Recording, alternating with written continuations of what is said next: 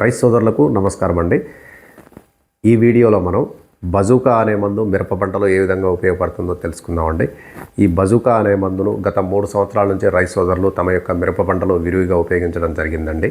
ఈ బజూకా ఉపయోగించడం వల్ల ఏం జరుగుతుందంటే, మొదటగా మనకు మిరప పంటలో వైరస్ తెగుళ్ళ నుంచి రక్షణ కల్పిస్తుందండి. అంటే ఏదైతే తెల్లదోమ, పచ్చదోమ, పేనుబంక, తామర పురుగు వీటి వల్ల మనకు వైరస్ వస్తుంది కాబట్టి మొక్కల్లో వాటిని ఇది సమర్థవంతంగా నిర్మూలించడంతో పాటుగా మనకు మిరప పంటలో ఎక్కువగా కొమ్మలు వచ్చే విధంగా ఆ కొమ్మలు కూడా మనకు దగ్గర గరుపులతోటి చిట్టాకులతోటి నల్లగా మెతకదరంతో రావడం అనేది జరుగుతుందండి.